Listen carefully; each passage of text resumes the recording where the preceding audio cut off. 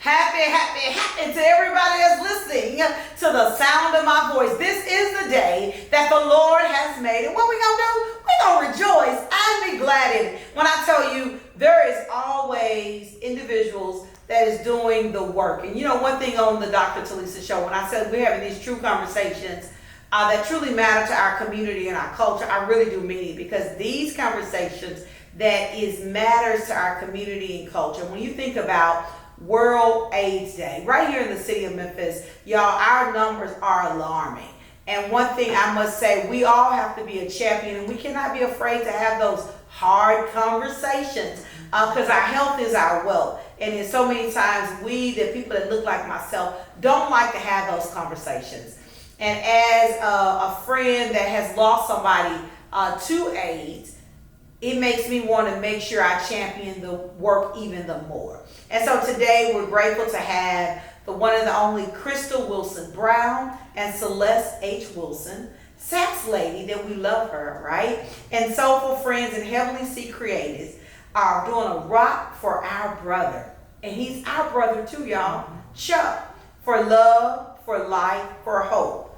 Why, y'all? It's a celebration that's happening on November the 1st. It's a celebration of resilience, diversity, and unity. It's a multicultural art experience. Will feature fashions, comedy, spoken word, and live soulful music and more. This event is dedicated to honoring the memory of the gifted and anointed musician, Charles Wilson Jr., whose life was cut too soon by the ravages of AIDS in 1996. Chuck's Hope, a program for the organization, a resilience enterprise, seeks to support individuals, organizations. If I can help somebody that is offering emotional and practical support and individuals battling with HIV AIDS. Will you help me welcome to the Dr. Telisa Show, telling us all about this great event. And they're going to tell us a little bit about Chuck too, y'all. It's Crystal and Celeste. Hey, ladies. Hey. How are y'all? Good. Doing great. So happy to have y'all. So kind of let's tell us, before we get into really talking about Chuck, people got to know who you all are, because you have a story so that you can people understand your heart, why we should support this event. And so we'll start with you, sax lady. It's all about the sax lady and the soulful friends. Crystal, tell us about you, honey. Okay, well, of course, I'm sax lady, Crystal Sax Lady Brown, and I'm a soulful sextress. I started this event, my sister and I started this event to celebrate the life of our brother. And I know you told me to tell you about myself, so let me tell you about myself first. Okay, this is my sister, my first best friend ever since she was born. 15 years later, 15 months later when she was born. She's been my best friend ever since then. I'm married to Kenneth Brown. We have a blended family of 6 wonderful kids that have been very reproductive, so we have a tank-load of grandkids. I'm retired, yay! After 38 years and 6 whole months working for a chemical specialty company called Buckman Laboratories. I was a microbiologist, a chemist, and I retired after the last 25 years there as a regulatory scientist. So I like science, but I love music. All kinds of music. I love it. If it's live, I'll listen. I'll roll the windows down. If I'm driving down not Main Street, but Front Street or whatever, and I pass Bill, I don't care. Whatever they're playing, I'll turn my radio down and let the windows down. If I see somebody playing on the side of the road, gotta let the windows down and listen to whatever it is they're playing, because it's from the soul. Absolutely. I tell you about it, you give me some live music. I can't sing the right key, but I sing in the key of me, and I enjoy me, baby. And that's that joyful noise. Yes. That is definitely that joyful noise. So, that's me in a nutshell. I love music. I love family. I love people. I love to see people smile. Yeah. And when I perform, I had to learn that you can't always look at people's facial expressions Yeah. and think that, oh, they don't Looking like at what me. They They may be just taking it in. They're just taking it in. I had one episode where there was just one person there because they said start at 5:45. I started and he was sitting there. He did not look up. I'm playing my heart out, and I'm like, this man is not. Yeah, he's not feeling me. He's not feeling me at all. And I was like, okay, well, just do you. Yeah. You know, and so I was like, okay, I'm gonna do me. And I'm just enjoying what I'm playing. Yeah. And when I finished, more people came, of course. And then he stopped me. He said, I need your card because I'm having an event at da-da-da-da-da. And I was just sitting here doing my work and just relaxing. So after that, I was like, you know what? I'm going to stop looking at people's faces. Yes, because they're getting it, right? They're getting it. They are getting it. Yeah, I love it. Celeste, tell us, since you're her BFL for life. Yeah, I'm the baby sister. Yeah. And, you know, I was always in her shadow. We were so close. And she was my mouthpiece. Okay. But she used to make me do stuff. Yeah. You know how you do the babies, you know, Try go over there and do this, go over there and get that. Yeah. Tell them something. So I was Get always your ears pierced first. Yes. And she would boss me around and everything. But That's what your bosses me now. Yeah. that's why I boss her now. Right. But a little bit about me, I'm a creative. Yeah. And sometimes I call myself as having one big umbrella, Okay. and I do a lot of stuff. I don't know, you know how when you meet creative people, they have the ability to work in one area, and then maybe if a suggestive somebody suggests doing this and that and the other, they start doing that and didn't even know that they could do it. Yeah, So I'm one of those people. I can pick it up. You show me once, Yeah. I pick it up and I'm doing it. Okay? I'm with you. So that's my umbrella. Yeah. I'm a graphic artist. I am a senior systems specialist for a pest control company. I've been working in the IT division for about a good most of my life. I'm in and out of different kinds of areas of IT. And I love creating things. I am the owner and CEO of Heavenly Sea Creative. Yes.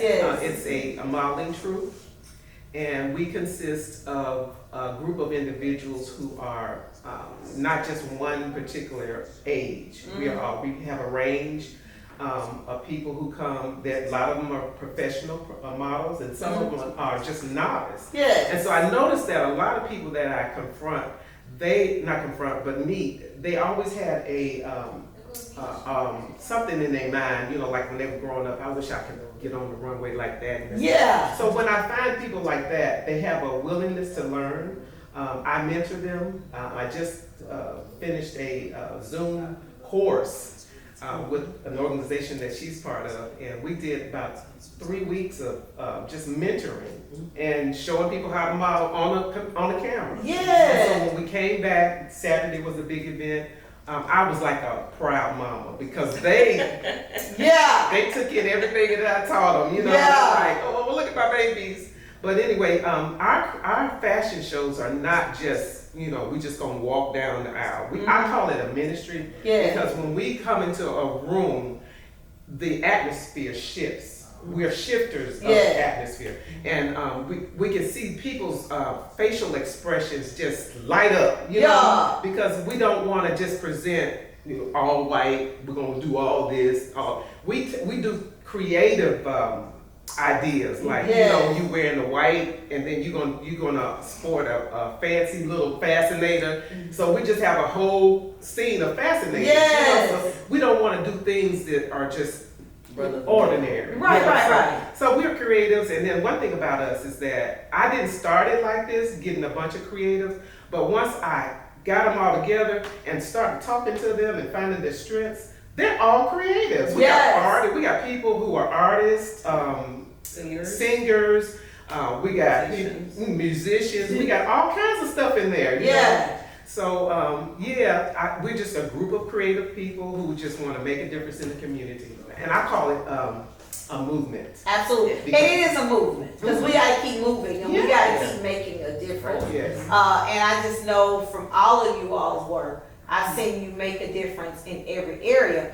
But let's talk about, so now you all are doing your stuff in the... Once he graduated, because we were all at home, graduated from college or whatever, even in college, once he got home, he would do his work, get on that piano, and my mom bought him an organ, a house organ for high school graduation. He'd get on that organ and play it like a, what is it, Hammond B3? B3 organ. He played that organ so hard that they had to get technicians in to service it several times. Now, you know, you can't really service a house organ much, but he was playing it on and on and on. And he would practice, play 2-3 chords, record it with that cassette player, and play that over and over. And his favorite person was Twinkie Clark. Oh, wow. He played. Now, I know people are like, oh, yeah, I can do this. No, he had her down. He had her down.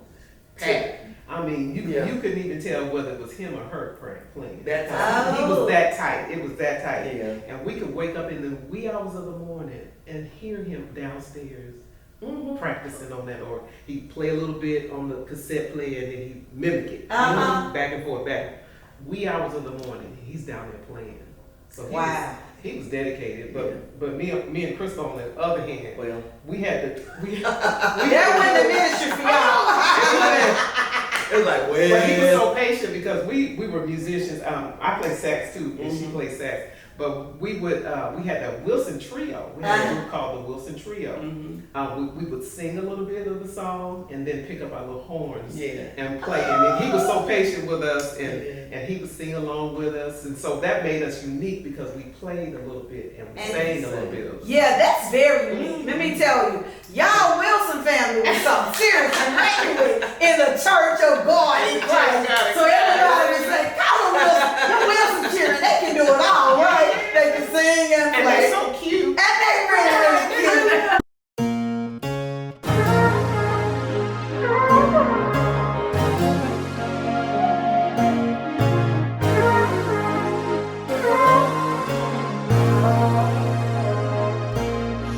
Join the rhythm and feel the beat in our community where we're all complete. With Dr. Telisa, let's take a stand. Together we'll grow hand in hand. From the Dr. roots of history Show. to dreams we chase, Dr. Telisa Franklin shines a light on every face. In At every the Dr. heartbeat, Telisa there's Show. a story to tell. Gotta keep the culture celebrated as we excel here at the Dr. Telisa Show. Hey y'all, your girl Dr. Telisa Franklin right here on the Dr. Telisa Show. What we doing, we're having those conversations that truly matter to our community and our culture. And I'm super excited to have these Wilson girls in the studio with me today. They're giving us all the great information, the love about their beloved brother, Chucky, as what they called him. And he'd be like, if he was here, like, don't be calling me a grown man. But they're having an event in honor of him. And I'm telling you, just hearing the story and feeling the love, I know that home was filled of all love, right? And you can see how you want to continue the tradition. But let's talk about that because Chucky, he had what? AIDS. When many times, I'm sure years ago, people didn't want to talk about it, right? It was taboo. And for me, I'm so open to make sure people have these conversations, especially in the church. Yes. Because there's so many people in the church, because I had somebody that died that he was devastated even on his deathbed when he found out that I knew. And I was like, boo, I ain't stopped loving you. Right. I'm with you to the end. Let's do this. Yes. Right? Because I don't care about that. We all in life make choices. But I love you because of love, right? So let's talk about him being diagnosed. Yeah. What effect did it have on him and then the family? Yeah, it was something because I was a biology major and I took immunology. And my immunology instructor talked about AIDS, and this was like, let's see, I graduated in '83 from Memphis State University of Memphis, go Tigers go. And when he talked about what HIV was, what it is, and the devastation that it causes on your body. And I'm taking notes, and I'm saying to myself, I'll never know anybody like this, because that was like one of those far out diseases. Rock Hudson had it, and I was like, yeah, I won't know anybody like this, thank the Lord. You know, and all that kind of stuff. And then fast forward to, when was it, 86? I think it was, 1986. Our mom is, she's a retired medical, well, she taught the city schools, but she's also a retired medical technologist. Mm-hmm. So she worked in the hospital long before we were even thought of. And then once she got in 7th grade, she went back to teaching adults. And so she knew what AIDS was about because of her background in the medical field. And I remember her telling him, go get checked. And I'm like, why does he? You know, I'm looking at her, I'm like, Mama, why you trying to tell my brother go get checked? He ain't got no HIV. He ain't got no HIV. And, you know, and all that kind of stuff. And he came home and he told us, and I cried. And because I knew the effects. Yes. I don't think you knew the effects. I wouldn't. Yeah, because Celeste was like, okay. Yeah. You got AIDS? Okay. No HIV, you got HIV? Okay. And I'm over here just bawling because you knew. Because I knew, you know, and I'm like, how could you do this? And so then my grandmother was like, we can't tell anybody. You know, and I'm like, you need to tell this because people need to know. Yeah. And I mean, he lived with it for 10 years. Yeah, that's a blessing. And back then, 10 years was a long time because they didn't have they didn't have ART, they didn't have all this that stuff, ADT and all that kind of stuff. And then he started taking ADT and ART. No, that's the alarm system. He started taking ART. And we're about. Chuck and I were about, he was maybe slightly darker than me. But he turned jet black. Yes. And his hair was just bone straight. I mean, his hair was always softer than ours anyway. Mm-hmm. And you know how guys have those beautiful lashes and eyebrows and stuff. But his hair was straight black. I mean, and straight, just from curls to just straight. Mm-hmm. And to see him come from, he was like a bodybuilder. Yeah. Okay. You know, he was buff. Mm-hmm. Yes. Buff. Mm-hmm. And to see him go from there to mere bones. Yes. It was like, oh my. It's hard to watch. It was hard. And then toward the end, I was the only one at home. Mm-hmm. So I would go to his house and his apartment and make sure he had all. And I looked at the medicines that he was taking. It was like a lot of them. Oh my God, it was so many, you know, but I would make sure they were allocated and make sure he had food in his refrigerator and everything, you know, and just check on him. Yeah. So I was, more because it's still your brother. That's my brother. And I want to make a pin to this. If you have a family member that has HIV, AIDS, don't turn your back on them. If they ever needed you, they needed you then. Listen, you ain't going to catch it through shaking their hands and hugging them. Thank you. All right, so that's a whole nother, because I'm going to tell y'all. So for y'all that may be scared, I want y'all to go get y'all some prep. And I'm going to tell y'all about the prep, and I'm going to tell you about that pep before I go, because because y'all, I don't think, y'all do know that I now spokesperson for SCORE Health. Well, we talk about HIV, eradicating HIV, especially right here in Memphis, because it's real. And I'm tired of people trying to make it like it's so bad. Right. Stuff happens. Right. But love on the folk. Yes. Okay. That's my, because I'll get on the soapbox. Yeah. And during the time that, when we had to start checking on them, I had gone through a divorce, so I was back home. So then we started doing shifts. Yeah. Because I had kids in daycare, and we would do early morning before work. She would go before work. I had to drop off the kids. Then I go at lunchtime. And then she go at 3, and then I go at night. Because it had gone from, we found out that he wasn't taking his medicine and he wasn't eating. So we had to then start, grocery shopping and all this kind of stuff. And then he was moved to, my mother found out about a place called Aloysius Home. And so we didn't know I thought Aloysius was just another center, like a care facility. I didn't know that that was the final care facility for people with AIDS. And they were like, well, he can come and go as he pleases, da-da-da. He was still playing for churches. And at this time, he had been playing for the Glovers, St. Mark Church of God in Christ. They loved on him. Glover's amazing. Yes.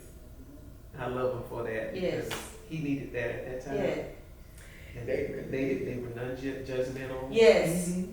And they would embrace his gift. They started picking They him kept up. his life. They did. And they was like, well, we're picking up him. He says he feels fine. We're picking him up. And he would teach them new songs that he wrote that we don't even know about. Yeah.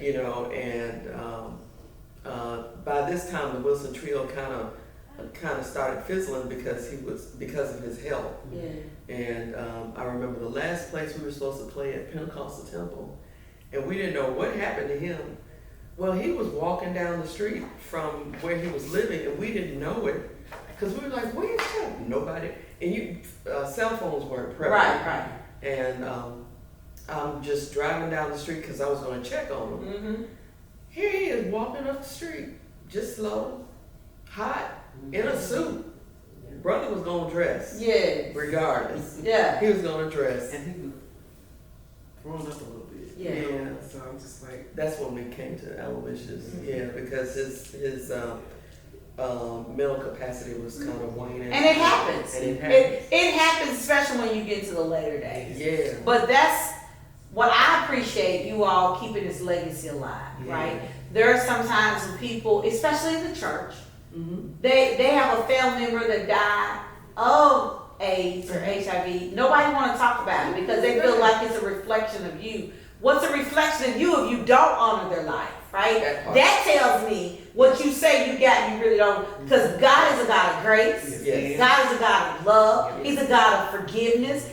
What are you talking about? He ain't trying to make you feel bad. So talk about how can we celebrate Chuck's life on November 1st.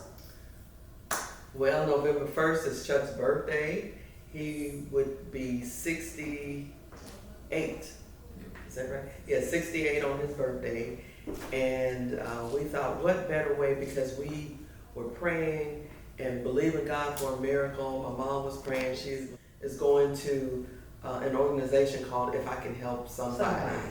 And that was founded by Dr. Roy Sessoms, who also is HIV positive. Come on. And so his organization helps people with food, job placement, transportation, you name it, the run of the gamut. He does that helps them to go to the next spot and not just feel like I'm out here all by myself. And you're not out here by yourself. If you do have AIDS, HIV, know that there are so many different opportunities. So live, take your meds and live. Take your meds. So they can find you on your Facebook page. What's your Facebook page? My Facebook page is Crystal Sax Lady Brown.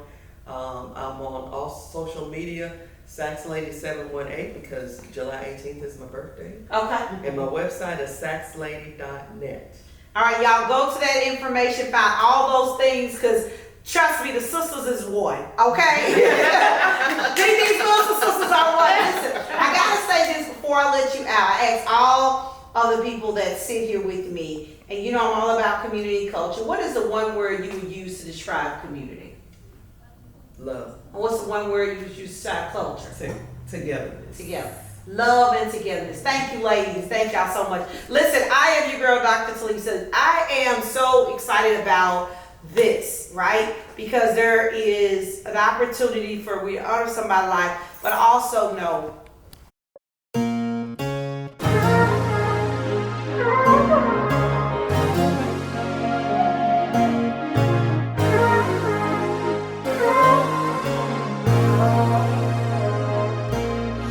Join the rhythm and feel the beat in our community where we're all complete. With Dr. Telisa, let's take a stand. Together we'll grow hand in hand. From at the Dr. roots of Telisa history Show. to dreams we chase, Dr. Talisa Franklin shines a light on every face. In At the every Dr. heartbeat, Telisa there's a Show. story to tell. Gotta keep the culture celebrated as we excel. Here at the Dr. Telisa Show.